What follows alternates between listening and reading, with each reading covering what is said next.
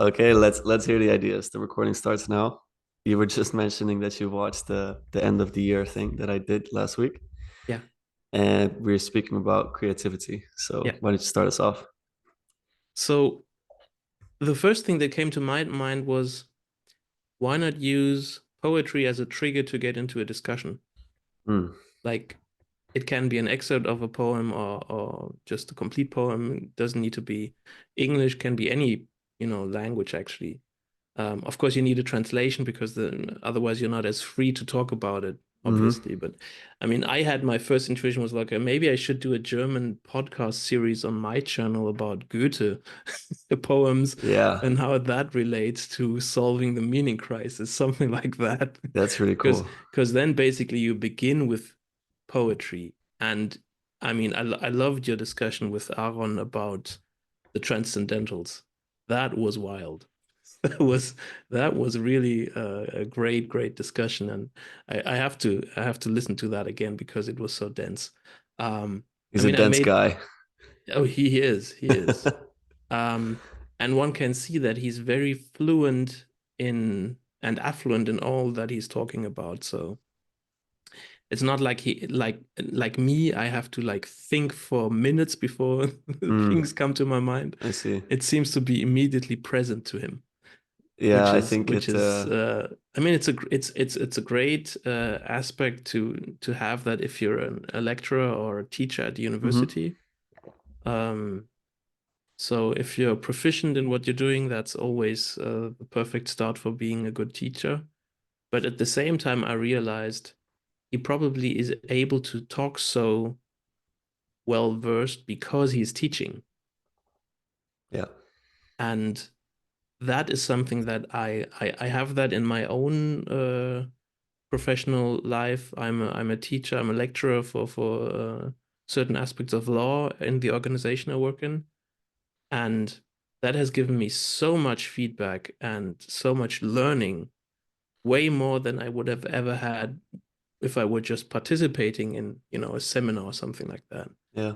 Um, and that at the same time is what I find lacking in my own participation here in this little corner. And that I think is also part of the on-ramp discussion and the on-ramp problem that uh, Paul Vanderklay and others are currently talking about. How do you become an active member of this corner without being proficient in everything that's being talked about? So you have some intuitions and you have some ideas, and you can't just mimic or copy those at the top of the hierarchy. That won't work. So it has to be something way more mundane or basic. Yeah. And I think each and every one of us has this spark of creativity that is, it has this, it's kind of anarchy. It's like something comes to your mind and you don't know where it comes from. And usually people don't follow that thought, but creative people tend to make that the starting point for something. Yeah. That's So beautiful. whatever that anarchy is inside you. It can be painting, it can be writing, it can be whatever. That's, I think, the starting point, how we become members of this little corner of the internet.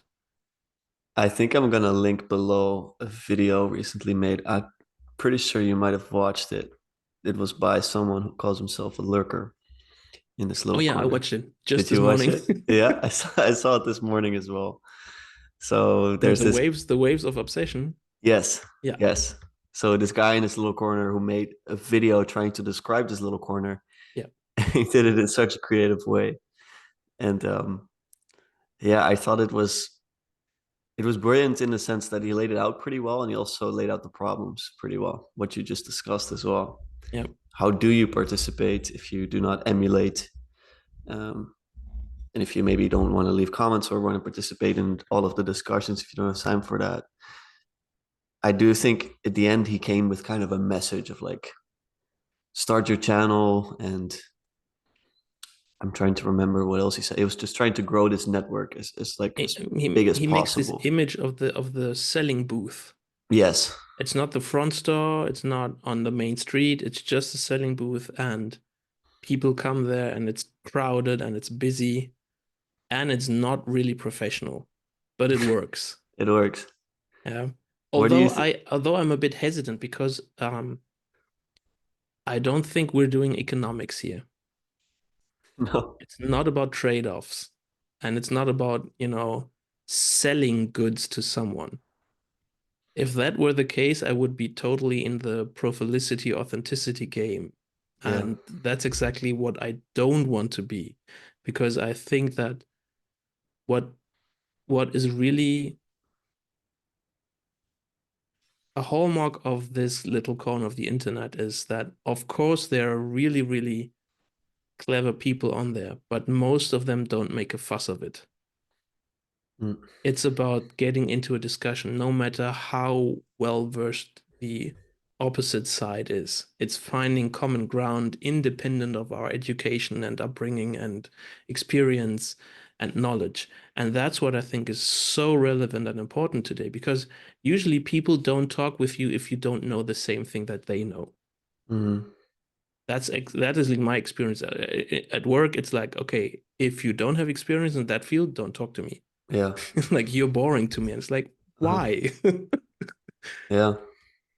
I think that indeed the idea of the marketplace might be a bit of a misleading sketch, also because I think it's such a secondary thing, the trade, let's say. Yeah. I mean, trading in general, trading ideas is a good thing, but I think the market is inextricably linked with that idea of the money that's involved. And I don't look down on that, but I don't think it fits there. It's kind of like when you make music for money instead of making music for music's sake. Perhaps I don't know if there's a different view. I mean, a lot of people thought about this for a while, of course, starting with the corner, thinking about, I don't know, it was like a sea metaphor. I don't know. I don't know the word that was being used.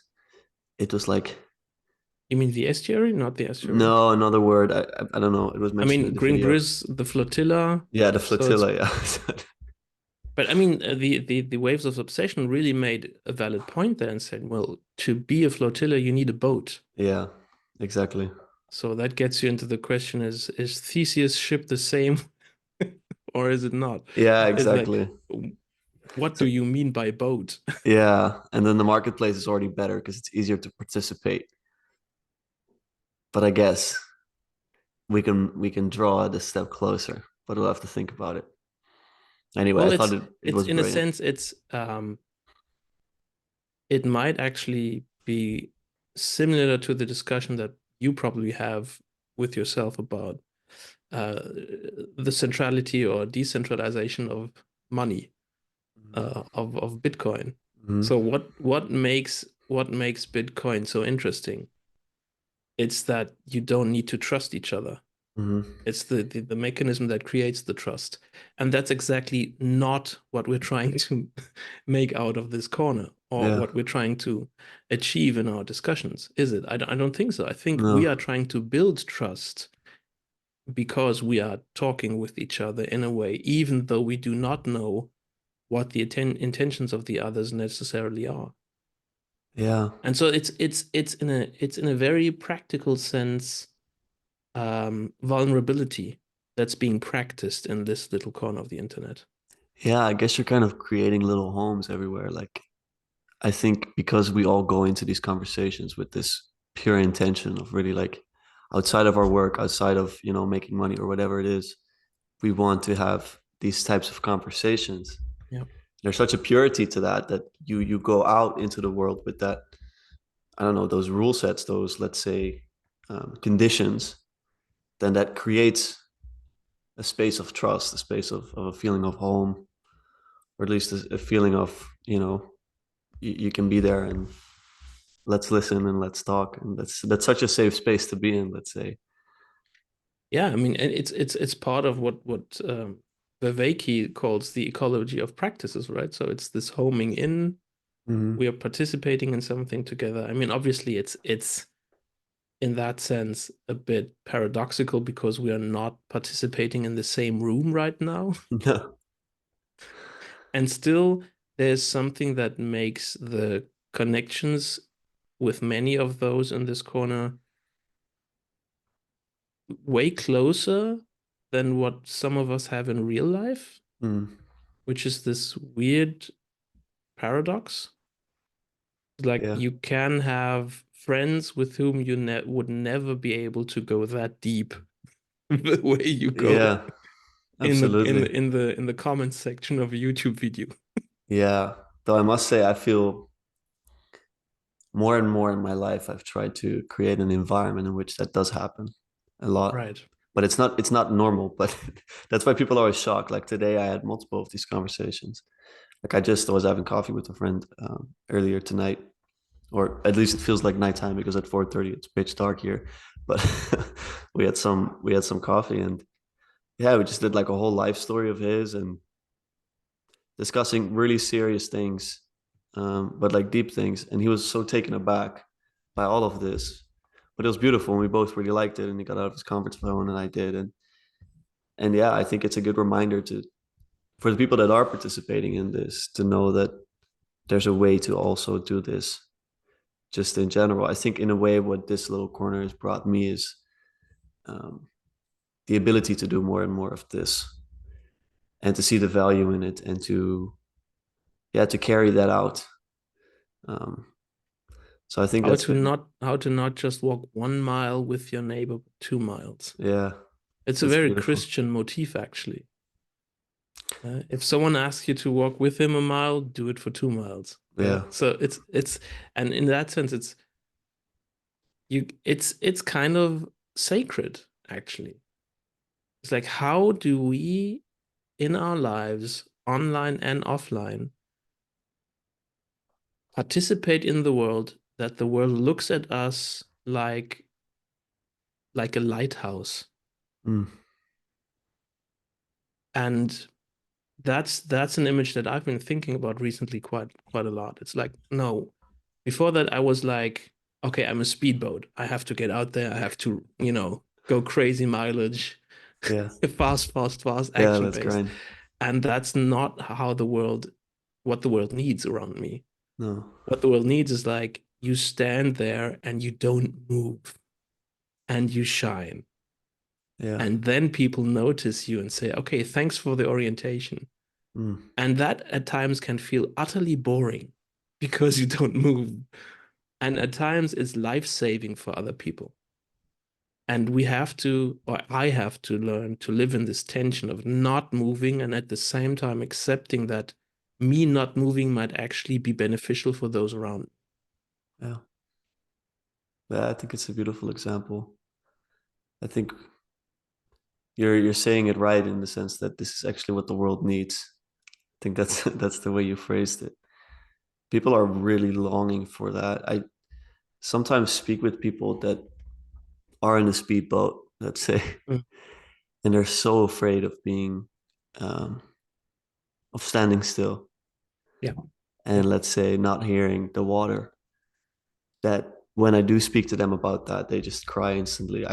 I know multiple people right now that are so moving so fast that just the idea of just sitting with your thoughts and your emotions and just having a conversation that's here, or not even speaking at all, it's too much. Yeah. And so it shows the necessity for it. And it is much. I think modernity is putting so much pressure on us, um, on the individual especially, Mm, since it's not part of a larger community anymore, because the grand narrative has been lost yeah. or been consciously disposed of, Mm. which is even worse. But that's my personal opinion. Yes. Um, so the question is, and this is why I've come to the conclusion that I can't change the world around me if I don't change what's directly in front of me. That I have to begin with those very small steps Mm. and create narratives that are meaningful. And so what we've been doing in our family for years now is like every Christmas Advent period, we have this small what's it called in English? A wichtel?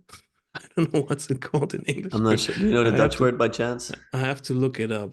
Wait, I have to look that one up. Wichtel. Um, it's a fantasy figure. It's very small. It's like Okay. a dwarf, but it's not really uh, an imp. Oh, okay. So there's a Christmas imp, Yeah. and Okay. and he always moves in on the 1st of December, and he moves out after Christmas.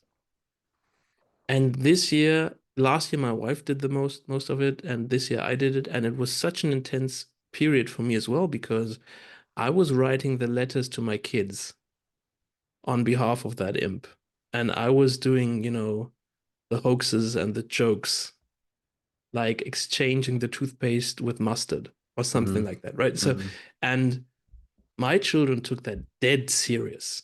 They were like, okay, he didn't write a letter today. Is everything okay with him? What's going on? And oh, he's moving out again. Oh, that's so sad. How are we going to know whether he's fine? And so I made up this idea that we have a small post office box here in the children's room, and they can write a letter if they want to, and then they get a reaction as well over the year. And that is basically enchantment. mm, It's like, okay, you live in a world where things like these are more real than reality. And I'm totally thrilled by the fact that I have little children that I can live that out. mm, And at the same time, I see all of the adults in my working place, all my friends, and mm. they are so utterly disenchanted by everything. It's Yeah. insane.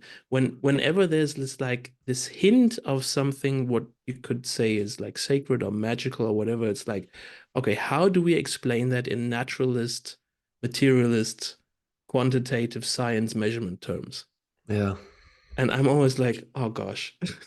Suck the magic out. I had Yeah. this story Yeah. recently of this guy who saw luminescence for the first time, and he was so amazed by it, like so beautiful to him.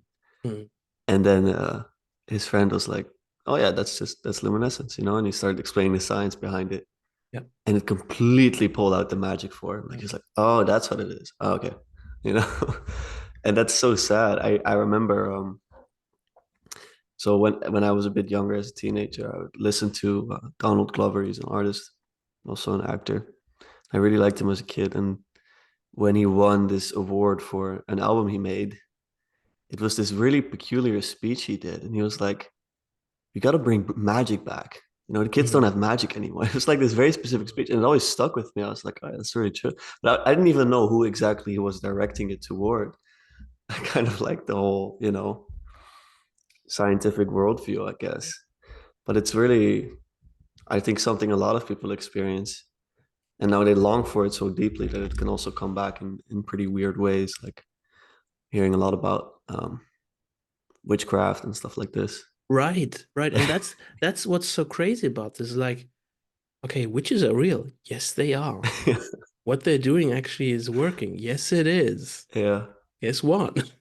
And I have family relatives actually that they have experienced the occurrence of witches on like their balcony on the eighth floor Yeah. with a closed window, and it was like really scary. And then they met the same people in the bus driving, and the witch recognized them, and Mm. so I don't have any question that what my family relatives were telling me was real. Yeah. If people are But wondering, try to explain that to anyone yeah, no, if people are who's in wondering, a this is a real materialist thing. world frames like that they would take us directly to the doctor probably. Yeah. Um, and one thing that came up to my mind when you were talking about Donald Glover and bringing back magic, it's not the technical um, Wiccan magic that I'm thinking of when I'm thinking of enchantment. I'm not in the magic sphere of Harry Potter, like No. saying this spell and something happens and you use it as a techne. So it's like it's more like Gandalf because Lord of the Rings is full of magic, but it's not being spoken of. It's just woven into all of reality of Mm. Middle Earth. Mm. And that's the enchantment that I want to kind of make my children aware of. Mm. that they can see this second layer behind reality and not abuse it as a technology that they think they can use to further their own goals. That's not what I think of when I'm speaking of enchantment. No, And this is why I absolutely. think it's pretty dangerous actually, these days, because you have artificial intelligence like AGI just on the horizon. You have the discussion about aliens, or are they demons or whatever. Yeah. And so we're currently experiencing this total breakdown of materialist reality, and things are forcefully coming into our worldview that don't fit in there any longer. And so what will necessarily happen is people will abuse this, trying to make, their own benefit, try to achieve their own goals with it, whatever that may be. And Yeah. it will have detrimental consequences to many. Um, and so what I think can be helpful is, like, you have to put on your spiritual armor against that, Mm. because we are not battling against flesh and blood, but against powers and principalities that Yeah. be.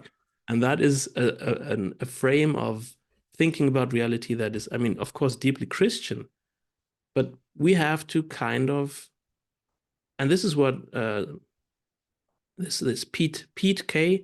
He also has a YouTube channel, Strange Theology, and this is what he was thinking about in his last video, saying, like, we need to create a space where people can listen to our narrative and realize this might actually be helpful for understanding all the crazy stuff that is going to happen in 2024 and 2025. Yeah. Yeah. 2023 was just a precursor to all of that. Mhm.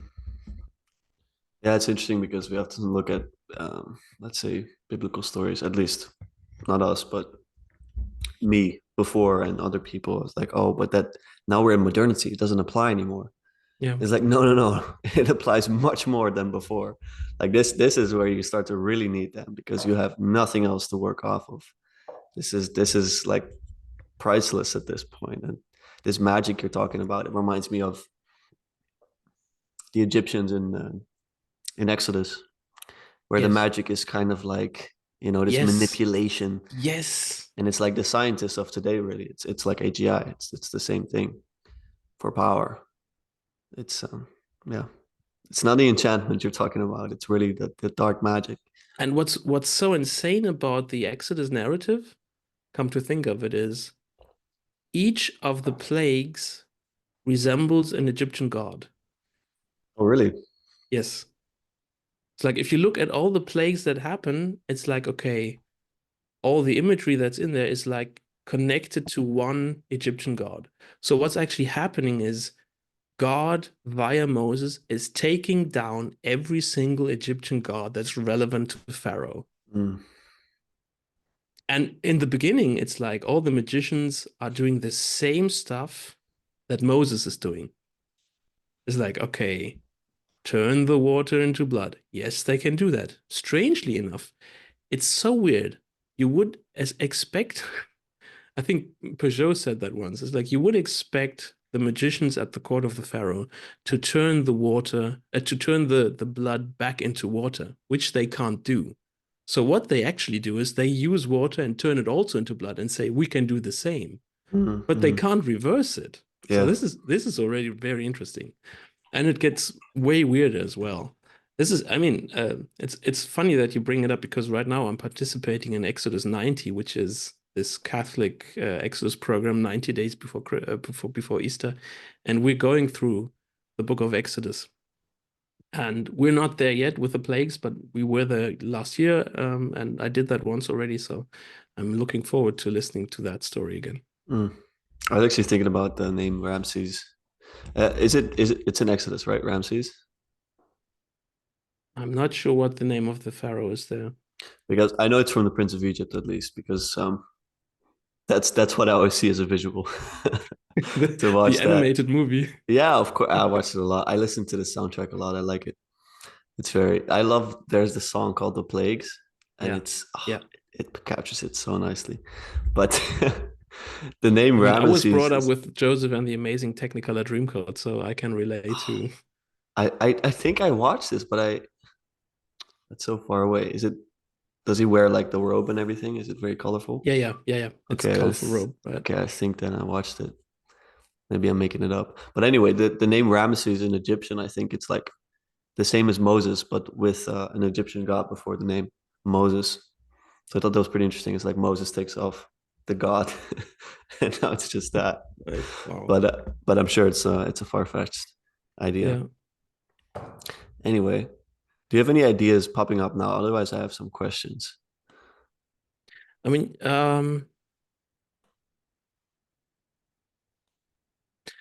I would have to review what I was thinking about looking at your final review year end of year Yeah, discussion with your fiance. There were a lot of threads that I was wanting to pick up, and now I've forgotten them. So maybe you just continue with the questions. maybe it comes back. I can mention some of the things we mentioned because I discussed it today briefly as well with my other guest. I was talking about the masculine and the feminine, and I was talking about how the masculine precedes the feminine. And today Hmm.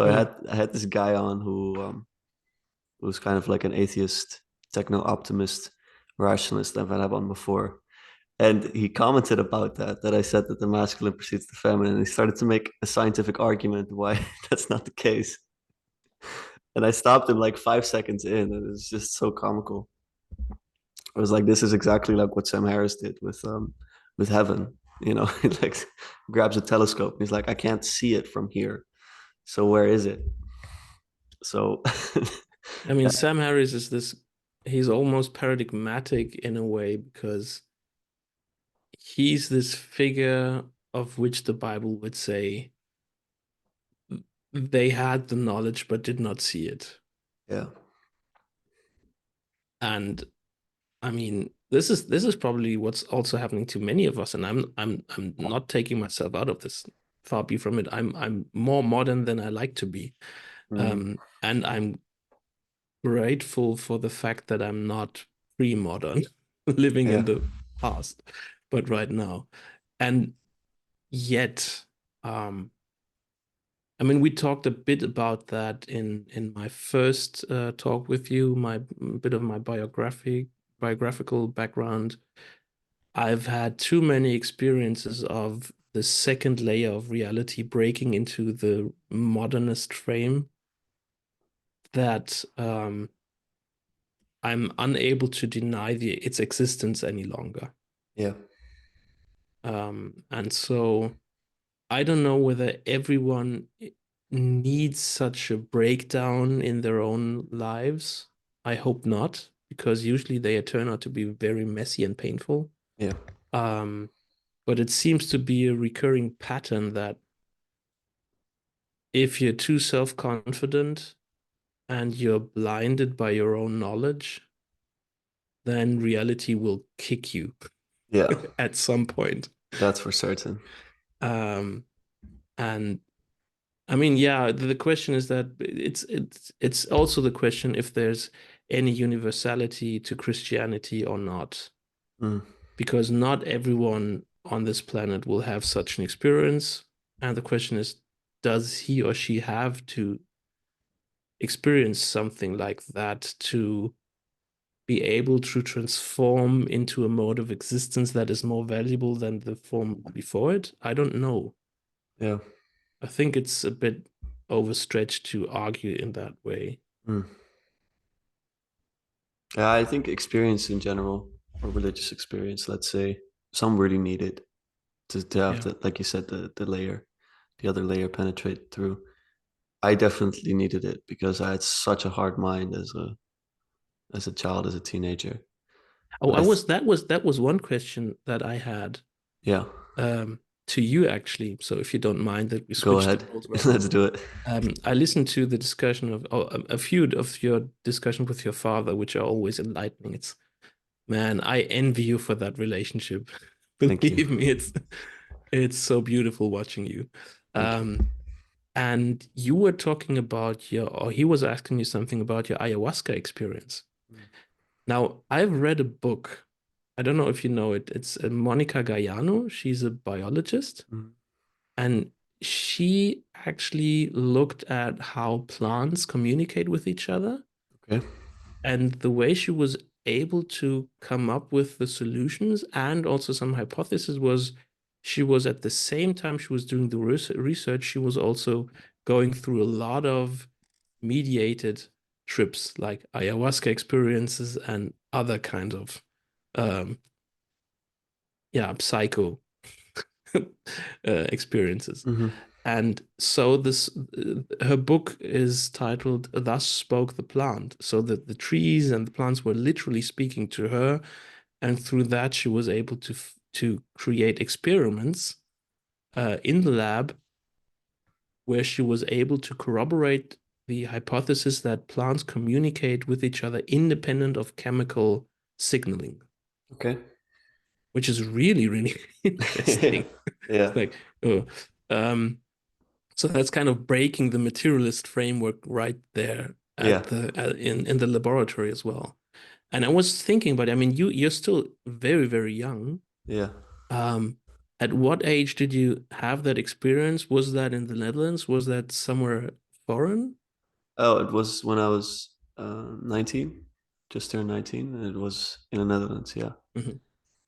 Yeah. And were you guided by a healer or a shamanic figure that was, creating the safe space that you can do that? Basically, it was this center, and yes, there were guides for sure Mhm. that gave some explanation beforehand, and then we create like kind of a mystical type of setting with a lot of music and low lights and like incense and all these things. And yeah, so they were trying to make us feel as safe as possible. And you would sit in like a circle and you would say out your intentions with this, which most people there were like, they had serious problems. Um, like they came all over from different countries and stuff, and I was there mostly out of um, a deep wanting to come closer, I guess, to something that I've had glimpses of before. Mhm. But yeah, to talk about the setting, that's kind of what it was. So yeah, it was kind of this mystical setting. I don't think the guy was necessarily like a shamanistic figure. I think also there's a danger to doing it like this. I think it's much more wise to do it in like Peru, but this was what was feasible at the time. Yeah, So yeah, yeah. Because I mean, we know from reports from other experiences with those, um, uh, what's it called in English? psychedelics. Yeah, with those psychedelics, right? It's like depending on the setting, and it can be just the wrong lighting or the wrong music, you can Yeah. have terrible, terrible experiences. Oh yeah, absolutely. And I had some of that when I opened my eyes and I started walking to the hallway. Hmm. And this what you just spoke about, like the plants communicating. I look up and I see like the guides, and they got like elf ears and stuff.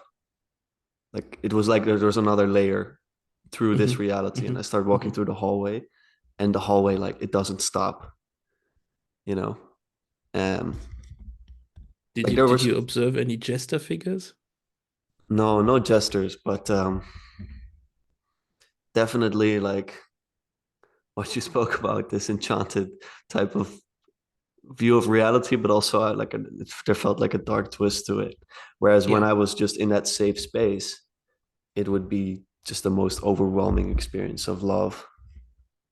Um, yeah, so it was quite a stark contrast, especially when I started to come off of it, and I was in between those two layers. Let's say that's when it started to get really yeah. sketchy and scary. Because I was reminded, or I had to think of my youth way back when I was still a teenager, which is Yeah, like 2 decades ago. Um, I when my parents broke up, I was always like, okay, what is the possible path for me to explain or understand what is happening to me? And it, strangely enough, never occurred to me in the whole world that psychedelics or drugs or anything would be a possible avenue for it. Mm. And it was not like everybody around me was saying, don't do it. Actually, it was quite the opposite. In high school, it was like we did a trip to the Netherlands and everyone was like, oh, let's go to a coffee shop. And I was like, no, Yeah. I don't think so. I had friends, uh, they took mushrooms Yeah. 25 years ago and had crazy trips and used to tell me about that and was like, that's probably not my path. Yeah. And so I'm still thinking about Paul's notion of the unearned wisdom. Mm-hmm. I don't think in a totalizing sense it's unearned wisdom because for some people that might be the relevant path they have to take. Mm-hmm. But I have come to experience that or to know that God is saying to me, that's not the way you are going to take, Yeah. for whatever reason that may be the case. Yeah. And so I'm actually very open to the idea of the use of psychedelics, especially in medicine. If you look at end of life treatment and that kind of stuff, I don't think that necessarily it's demonic or dangerous. It Mm. can be for a few people, and for some, it might be actually very dangerous. Yeah. But I don't like the totalizing view of saying that everything that's, psychedelics is always unearned wisdom. Mm. Because I've earned wisdom and I know how I earn wisdom. It's through pain and suffering. Yeah.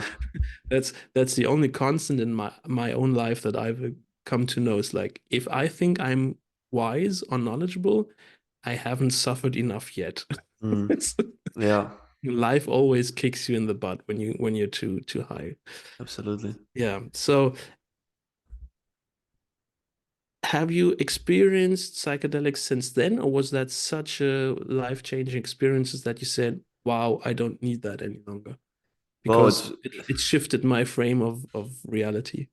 it was it was even more than not needing it. It was actually a promise I made to myself while I was in that space that I told you about between those two worlds. Mhm. I was so clear to myself. It's like, you are not to do this again. Wow. You have been shown more than enough. Like, Yeah. you actually may not enter here. Because I think what I knew then and what I forgot after, because after I leaned toward doing it again, but I eventually didn't. But what I knew then was um, that this was kind of also I don't know. It was part of my path, and like you say, what you said about that God told you or showed you that this was not part of your path. Yeah. It was no longer part of my path either. Yeah. I had gotten what I needed from it, and then it had to stop because otherwise it could turn into this idea of like venerating the psychedelics, and it was actually my partner who really talked me out of doing it again because I didn't have the right motivations for it. Um, I wanted to help a friend to do it. I was thinking also of my father, who initially wanted to do it with me, also for the Mhm. wrong reasons. I got him to not do it with me because I told him, "You're only doing it because you don't want me to do it alone." And that could cause some serious trouble for you. That's really what I thought about because he did want to do it with me. And then later on, the only motivation I had, like I said, was to just help others to go there. But I realized that she was right in saying that it's not what I should be doing. But yeah, I feel at the time I came out of it thinking, oh, everyone should do this, this is like this is the cure for the world. But I wasn't aware of how different it could turn out for other people. And I also realized I really see now how a lot of people that do these things are not very wise. Yeah. Yeah. And that worries me. That worries me more than anything. Like whatever research you do, when I hear people speaking about some of these things and some of the ways they view the world, like definitely this is not enough. Because Um, because I mean you and I know that there's a second layer of reality. mm, But if you're in this materialist framework, those psychedelics don't open a gate to something that's in that second layer. yeah, It's all just within the first layer. And so yeah, it doesn't feel very dangerous, does it? It's like no, Yeah, it's just like, you have a little bit of booze, too much, you have a hangover, who cares? It's like the next day it's over, but no, no, no. You opened a portal. It's Yeah, it's yeah, yeah. something very different. I think it's And why Sam Harris speaks about it so with such a, I don't know, it's like a veneration almost. And he really speaks, he emphasizes experience all the time. Because like Richard, when he speaks with Richard Dawkins, if Richard Dawkins would just do some mushrooms, yeah. um, and when he speaks about religion, he often enters about experience. So that's something so I think I think so dangerous about it. So we really need the framework, like you say, in order to understand what's going on. And I think we've got a mystery guest. Oh, hello, good sir. Happy New Yes. Year. Happy New Year. Pretend like I'm not here because I heard something was going. So just keep talking. Okay, I'm we'll in the finish. background. We'll finish these thoughts. We were just speaking about psychedelics. So, I have another question for you. You were 19 when you had that ayahuasca experience, Yeah, and you're now turning 23? 22. I was just You're 22. 20, you're turning 22. Yeah, I'm 22 now. I Oh, you're turned 22 22 now, a right? month So month ago or so. you had your partner 3 years ago already, so your fiance, who you're going to marry this year, if I'm correct. Yeah, since 2 years I've known her. I was thinking about, well, if you have an experience like this, you definitely don't want to do it for at least a year. Like even people that want to do it again, they don't want to do it for at least a year. So it came Yeah. like a year after that I started thinking about it, and then And she was able to talk you out of it. yeah, completely, So this completely. is interesting because you were in the early phase of your relationship then, and she already had that impact on you, Oh yeah, which is something about your relationship to her. yeah. But I knew from the first week that I wanted to marry her. So it This took all is of this it. is such an interesting parallel in my own life. I met my wife when I was 18. Mhm. She was still 17. And I remember the first talks we actually had. Well, her father was driving us in the car to somewhere. I don't know. It was like, okay, how serious are we going about this? Yeah, And we were like, okay, well, basically, yeah, marry, of course, kids, yes. So are we serious? Yes, we are. And that was like within the first 3 or 4 months. yeah. It's like, If you know, okay. you know. And so that record was set straight right from the beginning. And How old were you, Stefan? I was 18. Oh wow. So I proposed to her when I was 21. And no, was it 21? No, actually it was 20. It was 2003. November 2000. Now it was 2004, I think. Well, it's, it's a long time ago. But I was 23 when we were both 23 when we married. And we were laughed at in our friend circle back then. I Mm. recall people calling us and saying, "Don't you want to think this over again? Something better might still be ahead." And I was like, "You don't know my wife." That's beautiful. And so but I'm very grateful at the same time because as a child of divorce, I know that the divorce rate of divorced children is 50%. Yeah. So I've always seen this as pure grace happening to me, that it's not my own doing that this works out.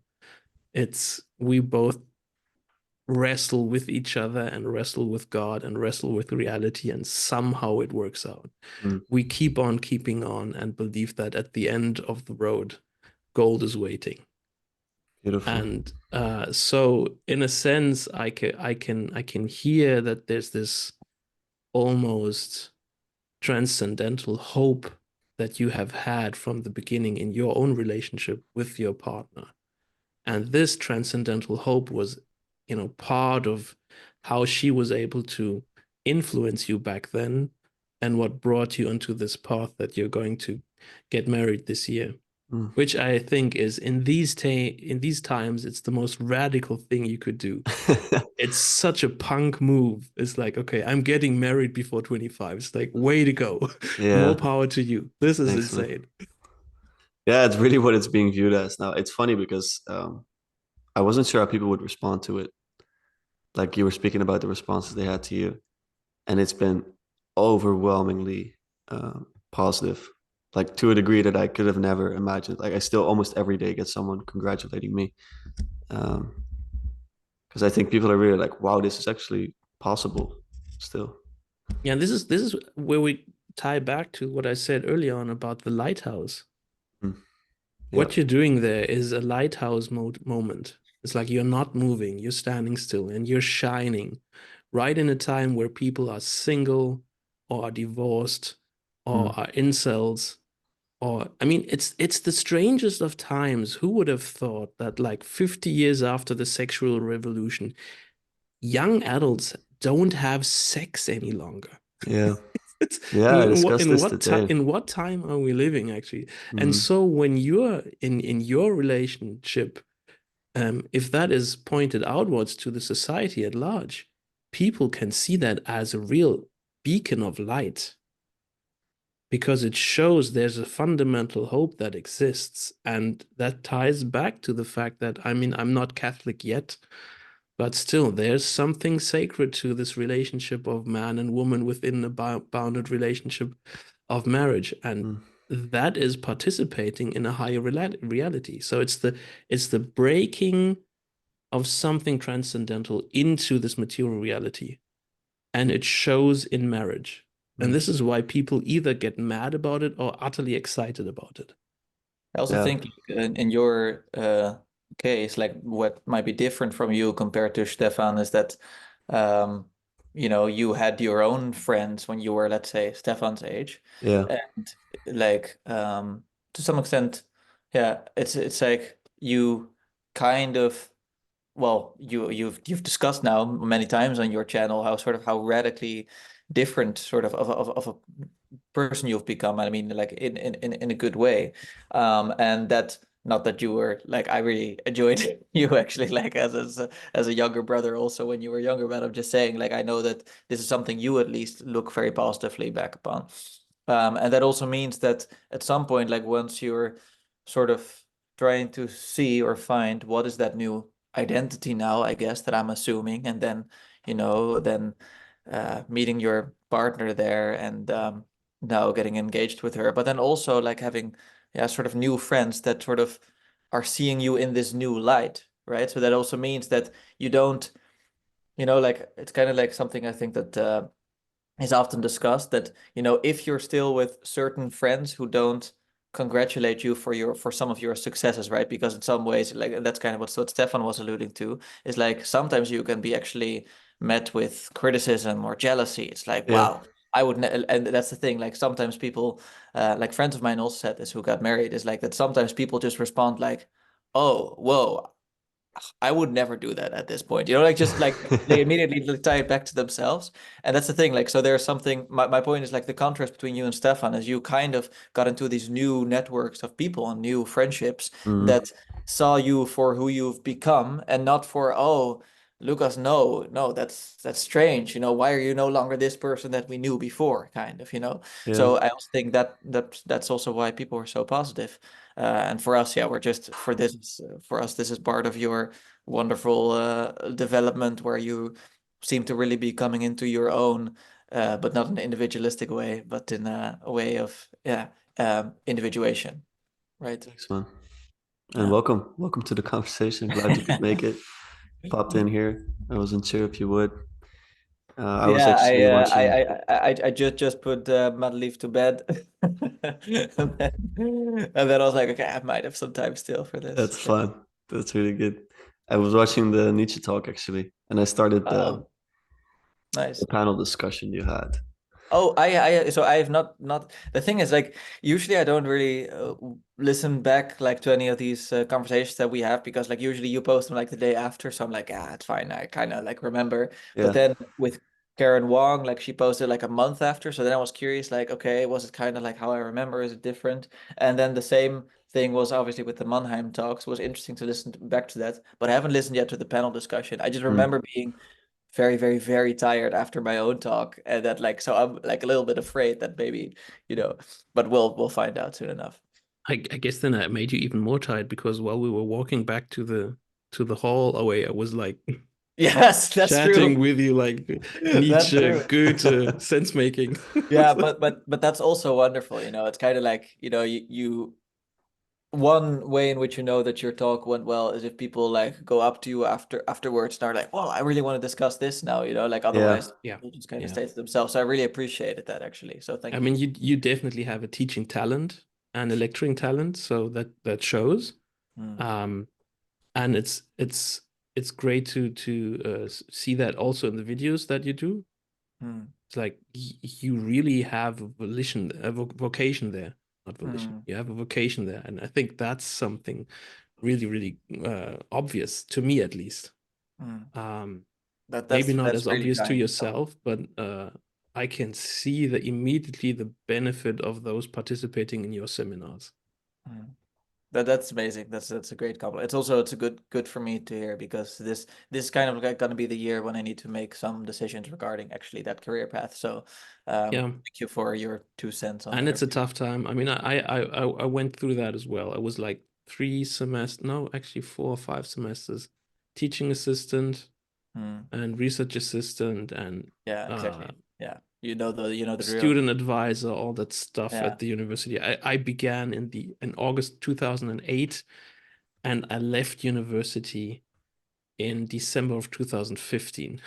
Oh yeah, yeah, exactly. So And you it's know, oh, that's it the thing, took like you 7 years can't really of me. complain. It's also great, you know, like it's a great environment and it's wonderful, but it's also, yeah, there's something so bureaucratic, Kafka-esque kind of about it also. So yeah, On the one hand, yes, very yeah, Kafkaesque indeed, and on the other hand, at least in my field, it almost felt like, okay, this is not a sect exactly, but it has kind of this seemingly monastic aspect to it, that there are a small group of enlightened people. You have to participate in certain rituals to become a member, and yeah, yeah, once you're in there you become enlightened yourself. And so yeah, when you tell them that no, wait, I'm doing this research, I'm doing the PhD, and afterwards I'm going into the job market, yeah, they are disappointed because it's like a taboo. It's like, yeah, okay, yeah, you're breaking religious laws here. You have to believe in our God, not in yours. It's like, no, yeah. wait.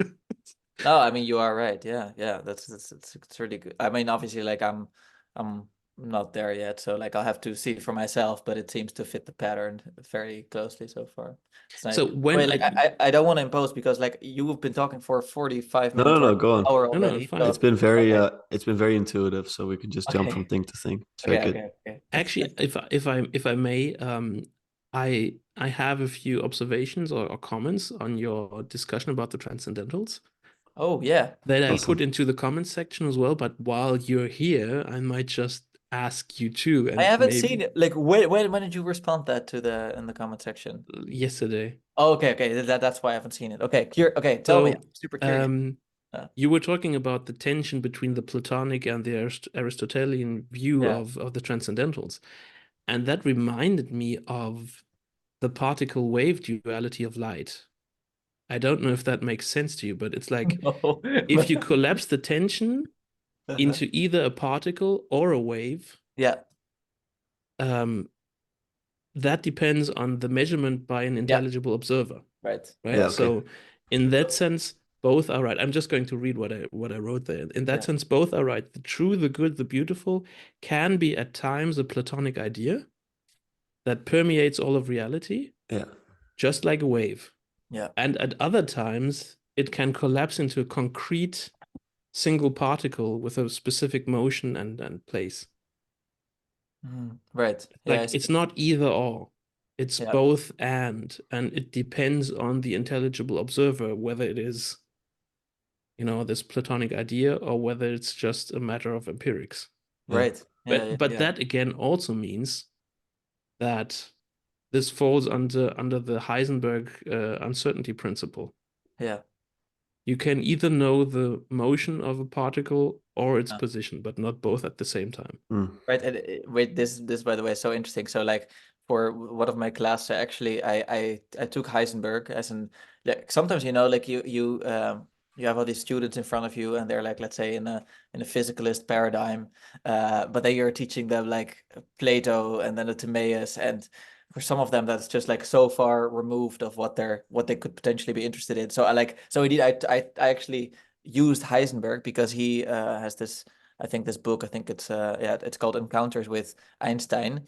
And then also, like, I'll read this aloud because this is of one of my college slides. He also says, like, in attempting continual division, we ultimately arrive, in Plato's opinion, at mathematical forms. These forms are not themselves matter, but they shape it. And his point is, like, this is actually super close to what we could now find in quantum mechanics, like kind of what you're talking about. Is like there seem to be these probabilities at the base root, and that's sort of like the shaping of what eventually is the physical matter that then comes about. And that seems fairly close sort of to what Plato is describing. So yeah, that's actually super nice. I totally agree. And that also shows, like, at least if I'm following you, so please correct me if I don't, that from the Aristotelian perspective, that would be looking for the result. And in Plato's perspective, for like, okay, no, but what is forming the result, right? Like, what is the, right? Yes. yeah. Yeah. Great. That's really good. That's really good. Super nice.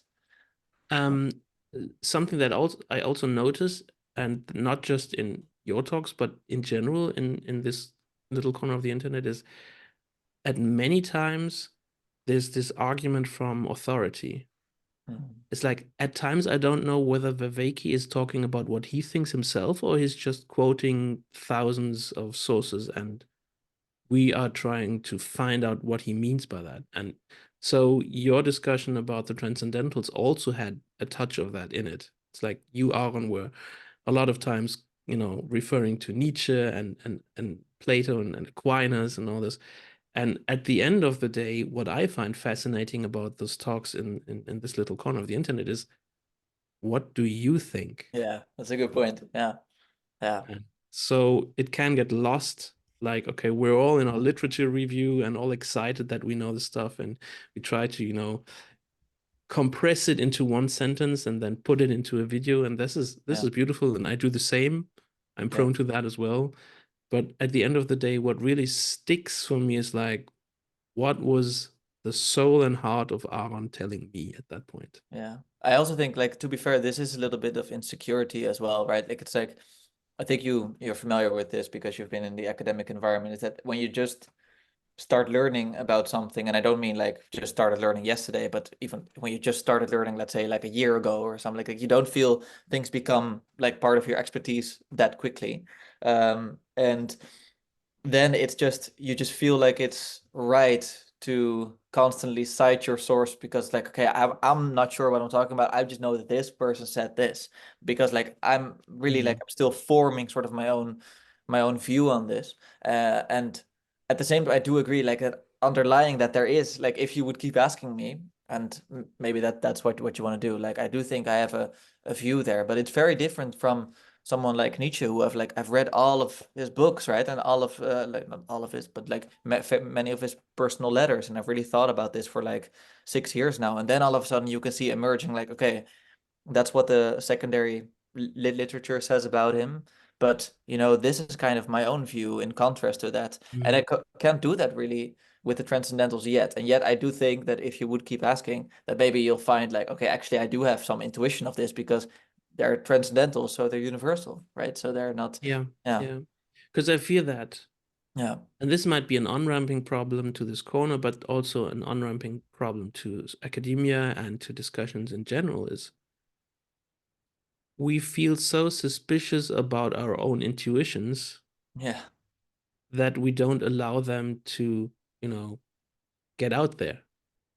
And I'm now at the point in my life where I think, no, wait, turn it the other way around. Say something. You can be wrong. That argument might be killed. But that's much better than waiting for the point in time where you think that you really know it. Yeah. And then you put it out.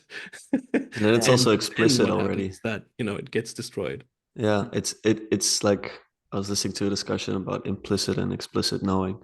And I think in science today, you have to be completely explicit in your knowing before you present an argument. Whereas I don't know where I heard this, so tell me if I'm wrong, but I think that initially, like the first like academic papers, I think like early 20th century maybe, think maybe this was someone from Harvard, I don't know, but the idea was present something original. That's the most important thing. Like outside of that, that doesn't matter that much, but it can be totally wrong. Just be original so that a lot of people can play with it and do Yeah. something with it. And that's like so much more intuitive than what we have today in a world that's like somehow trying to get rid of the masculine, but by trying to do that, only fortifying it more and more, Yeah. and thereby we lose that feminine intuitive energy, let's say. Mm-hmm. Yeah, I totally agree. Yeah, it's also like I think what you're saying, Stefan. I don't know. I also find it difficult. Like for me, I use the detour. So and maybe you can relate to this because you actually mentioned before that you in this little corner you kind of have your intellectual homing in some ways, right? Yeah. Like I Yeah. think that's the way you described it, if I'm Yeah. not mistaken.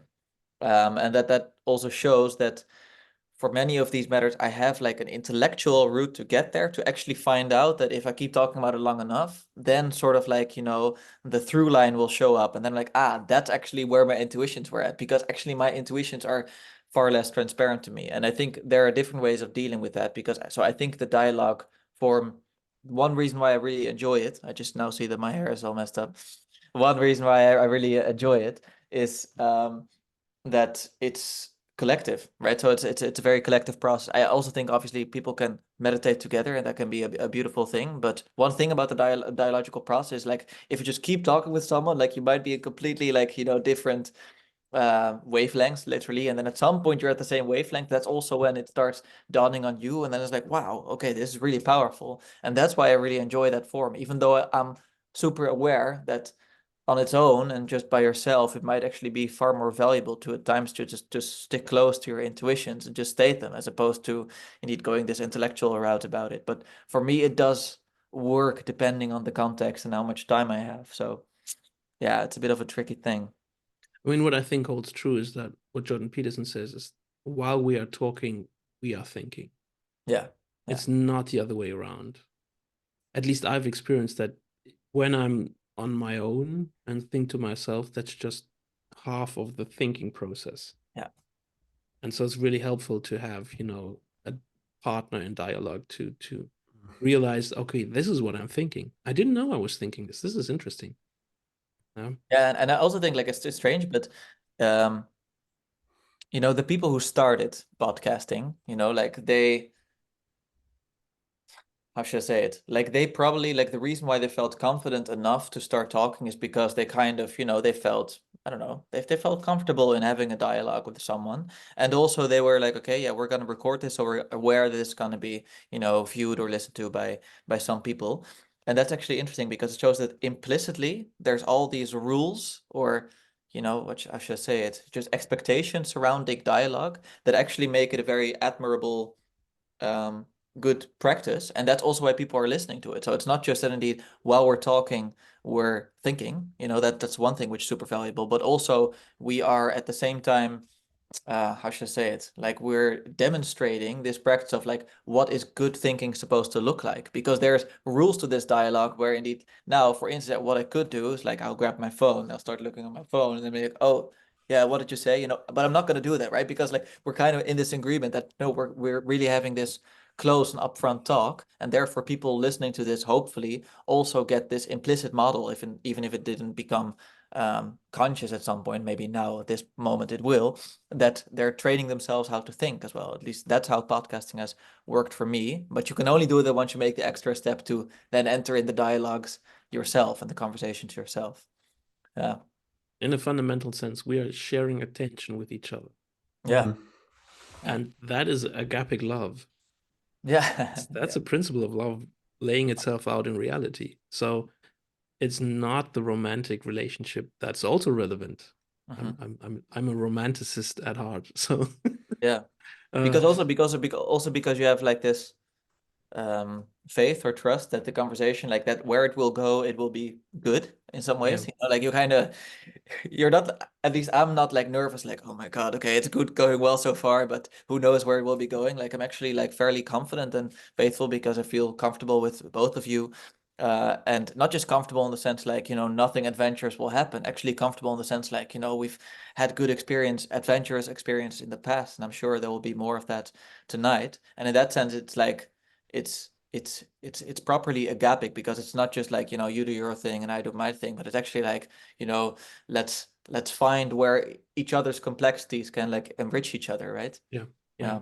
This is what I experience as this homing in. Yeah. It's what I was talking about earlier on, this transcendental hope. I come into this discussion, this dialogue, not with a sensation of anxiety, but with the sensation of I'm safe here and I don't care how it turns out because it will be good anyways. It's like Pippi Langstrumpf saying, "Oh, we never tried that, so it must be good." So yes, that's it. Yes, exactly. Right there. Yeah. And strangely enough, I'm always utterly anxious when I'm trying to talk with people offline about issues that relate to this little corner of the internet. Do you mean people within the corner offline, or people? No. Oh. It's like if I try to talk about what I experience in this little corner with my family Yeah. or with my friends, Yeah. I'm at a loss for words because it's purely propositional. So I would have to draw them into the participatory aspect of it to make them realize what this is about, but I can only speak it with words. And so what lands with them is only my words and not the total experience. Yeah, we spoke actually, Alan, you weren't there for it, but we kind of spoke about something like this before, where we spoke about, well, it's first how special these conversations are and the conditions that come with them and how we can then like carry them out into our lives. And I was telling Stephan that I actually do feel like I have these types of conversations offline, and that's, I think, the only reason that I can explain this stuff to people. Yeah. That like the value of this. Then people know me already. I'm like, oh yeah, and I like to do these podcasts and I like to speak to people. It's like, oh, why do you like to speak with people? What do you speak to them about? Like it could be really anything. And I recently had this with Jules's mother, so my partner's mother. She was like completely questioning me, like she was baffled like by this whole phenomenon. She starts listening now to the podcast. She's like, but why do you do it and all these things?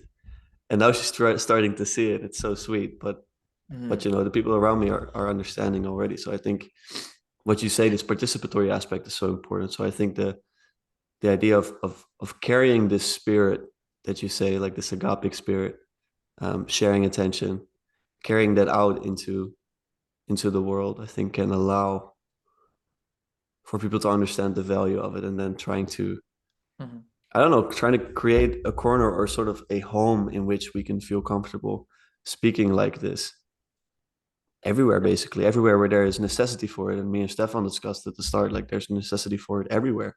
I think there's so many people now that really feel like they need something like this, or perhaps something else that's a bit less propositional. Although I do feel that these conversations go beyond the propositional often. Yeah. That may be naive, like, but I know. No, but at least like, I mean, obviously like it's propositional in the sense that we're communicating. But like for instance, PVK has his call-ins on Friday, and sometimes they're just like, it's like, what do we want to talk about? And sometimes we end up talking about like nothing really in particular. It's just kind of like, oh, yeah, it's just at school today. And it's kind of interesting because I think it's this environment where people, at least if they then start having this, in-depth conversation about something, it is okay. It's okay. And everyone is there for it. Everyone will go along with it and everyone will entertain it. So no one will like roll their eyes, like, because that's, at least, I'm curious how that's for you, Stephan, but that's been my experience sometimes, like as this outsider friend, that sometimes, like I might want to start something, and some people appreciate it, but if I go on for too long, or if I'm with the wrong people, or at least the people that do not like it, like they'll just be like, okay, now we just get this like philosophical side, even though we just, wanted to talk about our next holidays or something like that. And it's in a sense is what you were talking about with was it with Karen Wong? I don't remember, but we were talking about the foreign languages and that one feels more free. Yeah, I think it was Karen Wong. Yeah. Yeah. So I have the paradoxical situation that I'm more free to talk about all this stuff, Vervaeke, Peterson, PVK, in English, Yeah, that's strange, right? which is terrible for me because me trying to translate that into the German is making me totally unfree. Mhm. I'm literally there with tied hands. It's like I don't know which words I should use to convey what I mean because I'm thinking it in English. Well, Stefan, I'm just saying, like, maybe now you know what it feels like for outsiders into Nietzsche and Heidegger and Yes. Hegel and all those people that like Dasein, and Geworfenheit, and they need to like all take those terms and like, you can't really translate them. But I get what you're saying. Like, that's actually precisely why that scholarship is often so cluttered, because like all these people kind of bringing their own languages to it, and usually in a way that just mess things up a little bit. And yeah, I could see that. Yeah. It does make you And at the same time, it's like fundamentally, we're always wrong. Mm-hmm. It Yeah. doesn't matter how wrong we are. We are always wrong. It's just, all models are wrong. Some are useful. So Yeah. we might just as well put our models out there and see how it works. Yeah. Yeah. So that's, I think that was very valuable of what the Waves of Obsession video did. Yeah. Because he was basically saying, get out there and just do it. Mm-hmm. Just start it. We're failing at it anyways. It doesn't Yeah. matter. It's the fact that we take the first step that's important. And by that we create, motion and energy, and then we'll see how that goes. But I that think the way. always involves this hope that Mhm. will turn out good in the end. Yeah. Like Oscar Wilde. Yeah. Right. The end is good. If it's not good, it's not the end. Yeah. No, that's a And we're great not point. there yet. So Yeah, and I would say like that's really one of the positive things characterizing the this little corner. That's kind of what we're talking about, though, is like that there does seem to be like an implicit ethic, even though like we don't say, yes, okay, by the way, if you join yeah. in, you really have to do like, we have these etiquettes, you have to hold on. Like, we don't really say what they are, but yet at the same time you do find, okay, there's something that like there's a spirit in this little corner that is not there elsewhere. And at the same time, like one thing that I found super interesting is that Paul noticed that this little corner is becoming self-aware. All of a sudden, we're constantly talking about this little corner. It's like at the start we were just having conversations about, separate topics, and now we're having conversations about conversations. And now we're having a conversation about having conversations about conversations, and that's Suddenly like a system has become an autopoietic system. Ooh. yes, exactly. And where does Very that go? interesting. Yeah, so I'm just curious, like, what does like is that just a phase, um, and or is it something that that self-awareness will keep on existing, and I don't know where it will go from here. It's kind of interesting. It's a new development. To throw in a few buzzwords, it's just evolutionary fractal pattern playing out there. Yes, exactly. It's No, true. just kidding. But you're really making a very important point. When I stumbled into this little corner, into the Bridges of Meaning Discord, I was at a point in my life where I was suffering from health-related anxiety, really big issues. And I even went to a psychiatrist, and after the first session, I dropped out because I said, no, this is not going to work out. That's not the problem I have. And then I stumbled onto Jordan Peterson, 12 Rules for Life. And I read that in the Go, and a year later, my wife said, I don't know what happened back then and what you read, but it changed you for the better. And this is when I got really interested and said, wow, I mean, something had an effect on me. Maybe it was Peterson's book. I don't know what it was, but I want to find out what that was. And so I was looking for comments about Jordan Peterson. And that's when PVK basically Yeah. was the first one. And I said, okay, I'm going to listen to PVK. And since I came into this corner with anxiety problems, I know that I would not have stayed in this corner if the corner had created anxiety problems for me, because I was very sensitive to that, Yeah. issue. And so I'm totally siding with you there. I think we have an implicit ethic at work here. Yeah. And for me personally, it's a very healthy ethic. It might not be the perfect one. I don't care for perfection. It works. I think what's also really interesting, right, is that this is it's open. So usually you'd say like the more a group cements, the more they actually, let's say, exclude themselves from society and are like, and they become cult-like because there's all this implicit stuff going on, but you don't know. But now it's just like everyone can join, everyone can watch this. It's all in public. I'm actually keenly aware of this because, I have students at the university who might also stumble upon this. And that's just very strange. But at the same time, I think it keeps us very grounded in both this ethic between us, but also to be like, yeah, okay, but we also have an ethic with it, like between us and the wider society. And that's also, I think, the way we're thinking about this. That it's like, yeah, we do not just want to make ourselves happy. We really want to think about how does this scale? And that it doesn't, like, we don't want it to scale too quickly, but you also don't want it to just stagnate at some point. And we know that it will stagnate if at some point you just become entirely your own thing that is nowhere like in touch anymore with reality. In a sense, it's very interesting that you see Jordan Peterson saying, like, if you think about yourself, that's the same thing as being miserable. Yeah. And you have this Christian ethic of caring for the other. And if you look at the Jewish notion of, the orphan and the widow, it's always taking care of those weak and vulnerable fringes of society where you can stand out best and you're not miserable.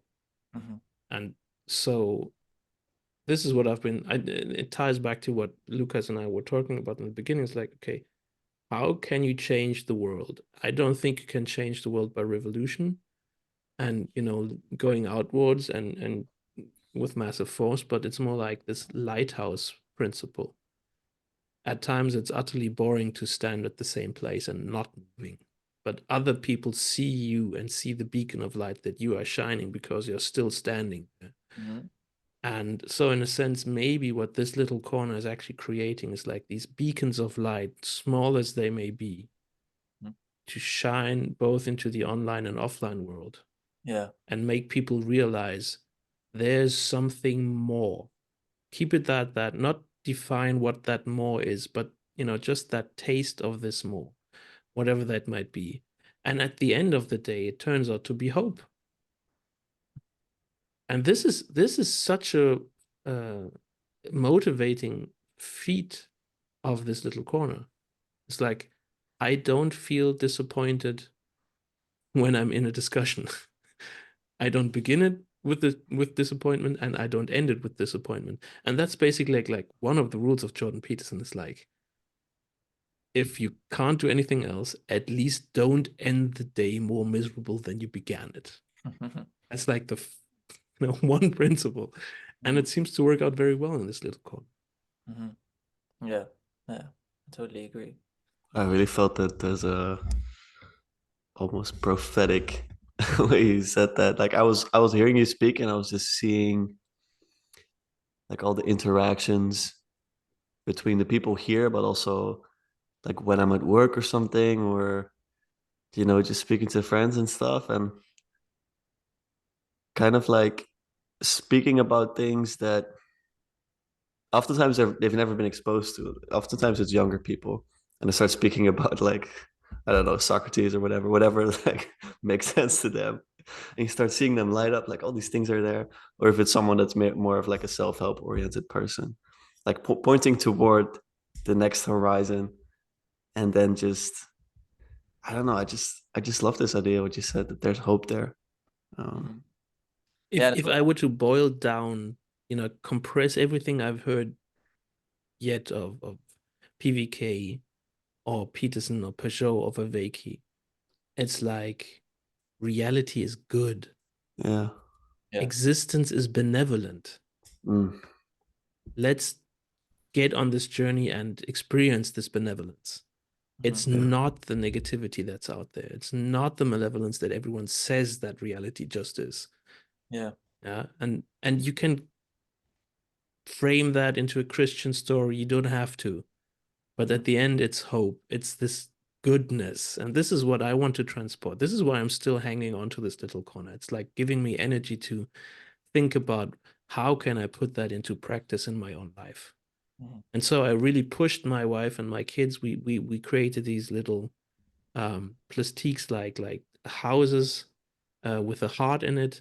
And we went out today to our neighborhood and gave everyone one of these houses with the heart in there. And we got into discussion with those. The one old man, he's like 96. His wife died just before Christmas. He was married to her 68 years. And so we were able to share a bit of his experience with that and said, okay, we have to make a date and get him to coffee for an extended talk. And we had that with all the 6 neighbors we have in this quarter that we're living in. And it was such a meaningful experience for all of us. And they literally said, thank you so much for thinking about us or coming to us. And this is essentially the goodness. That's the agapic love.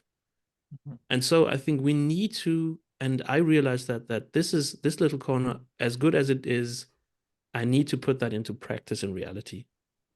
And you have to begin with the smallest possible step. And that means take care of your family, take care of your neighborhood, and everything comes after that. But at the same time, and maybe we can get back to that and wrap things up. At the same time, I think both you, Lucas, both Aaron and me, we all have not just a job, but also a vocation. And we have gifts that have been given to us. And these gifts can work for the good. And so the question is, how do we, train these gifts? And I think this is also part of the experience of this little corner. I experienced myself writing the Goethe podcast, and it's like, wow, this is interesting. I didn't know I was able to do that. Way to go. Lucas is an insanely good interview partner, so he's doing that, and we can see there's a lot of talent in there as well. Aaron, you're crazy good as a lecturer, so you can see that there's all these sparks of benevolence in that, and the question is, what do we make of it? And this little corner is actually, in a positive sense, driving us to ask ourselves these questions. What do we want to make of the gifts that have been handed to us? What do we turn that into? And at the end of the day, it should at least be something. Doesn't need to be perfect. Doesn't need to be the greatest thing ever done. I mean, I spent weeks last year creating this online video essay called What is a Human? Putting in all these video snippets from movies and plays and theater, and thinking about AGI and what is transhumanism, all that kind of stuff. The best views I've had on one of those videos is like 70 or 80. Who cares? At that point, I was almost obsessed by the idea that I had to create something like that. Yeah. And I did that, and that was worth its experience already. And who knows what turns out of it? So back to Aaron, you might be uncertain of what you're actually thinking or unsure, but nonetheless, it's always valuable to hear you. So you can be wrong. You're almost certainly going to be wrong. Actually, like, by the way, Karen is someone who pushed me further than most people, because she asked like all these questions that were relating to, what was it again, like to quantum mechanics, all that kind of stuff. And I was like, okay, this is definitely where my expertise ends. So then I was just put on the spot, and I thought it was kind of scary, but you're totally right. That's the difference between, this what Lucas said. The difference between expressive knowledge, what was it? Implicit and explicit. Implicit and explicit knowledge. So, and the feminine and the masculine. So basically, at a point, a really good dialogue turns from the explicit knowledge discussion into an implicit poetry. And this implicit poetry doesn't need an absolute correspondence truth. It's like you don't need to be right in a totalizing sense about quantum mechanics. But you can still participate in that discussion with your intuitive approach, with your language, and create something that is not science, but poetry.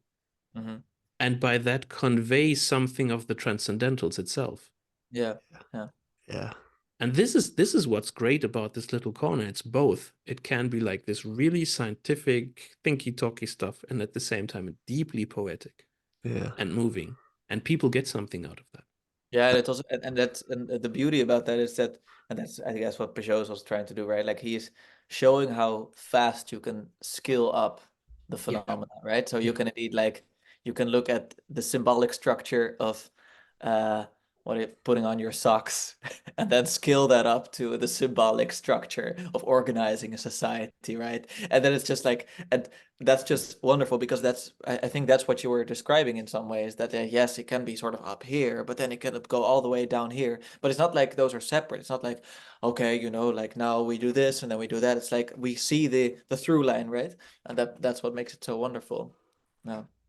It's amazing. I love the call from Stephan to us, and I think to everyone listening. I think you all have a gift.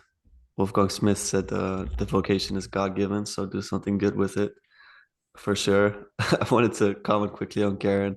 Every time I'm on Karen's podcast, she starts throwing in some biology or whatever, and we both have no idea what we're talking about. But that's the point. So I'd say embrace that. I also, but just quickly, like, Stephan, did you already release the second episode or not yet? Because I don't have that app, I think. Of Goethe? No, I did not. Okay, I did okay. not. I just want to say, I want the I'm still comment section. struggling with the script because, boy, that first episode, that took a lot of energy. Yeah, well, I think everyone could tell. Like, it was so impressive how much work was put into that, and also like all the snippets with the vocals. It's just, I don't know, like what you said, it did make it a far more immersive experience. But also, like, I do want to take some pressure away, right? Like, so if it's too much, like, I think everyone will be satisfied with whatever you put out at this point, because it's so clear that all the effort is not so much necessarily just in the editing, it's in all the work you've done in the past decades. Yeah. I'm thankful for the fact that I've used notes on my smartphone for the last 2 years. And sometimes I just open those notes and see, oh my gosh, that's what I already wrote. Goodness gracious. How am I going to incorporate that into what I've already done? This is insane. So right now it's more editing than creating new. And at the same time, I'm still continuing reading all those biographies, all the background literature, and seeing that's like, wow, actually, I'm so excited that I think PVK should get something out of this. This is so important because Goethe is like really the figure that creates the modern identity of the individual. Amazing. His individuation process before he wrote his Götz von Berlichingen is basically the blueprint to what PVK calls the secret sacred self. It's perfectly laid out there, and Nicholas Boyle has a chapter in his biography.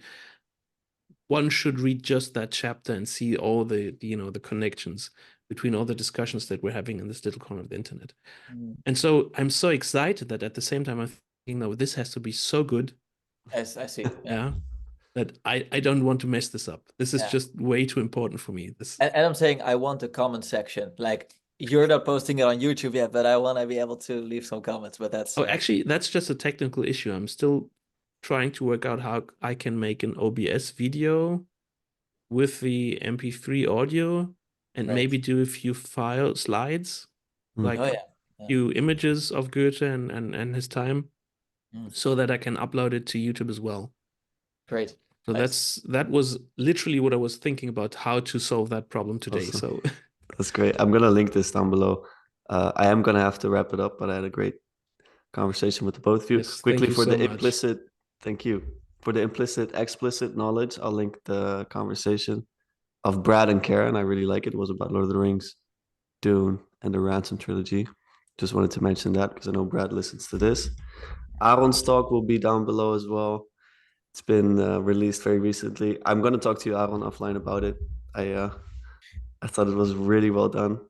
I think that Stephan, you were right when you told me how good it was. So I'm very happy about that. And I will link your Goethe episode 1 down below, which was also like wow, people really need to listen. And I'm excited to see it on YouTube. Thank you guys so much. I wish you both a good night. I wish you for allowing me to join so late next week. And it's great to know you two brothers. It's really a blessing to me. So thank you so much. To me as Likewise. well. Get to know you. Likewise. See you guys. Have a good night. Bye bye. Yes. Good.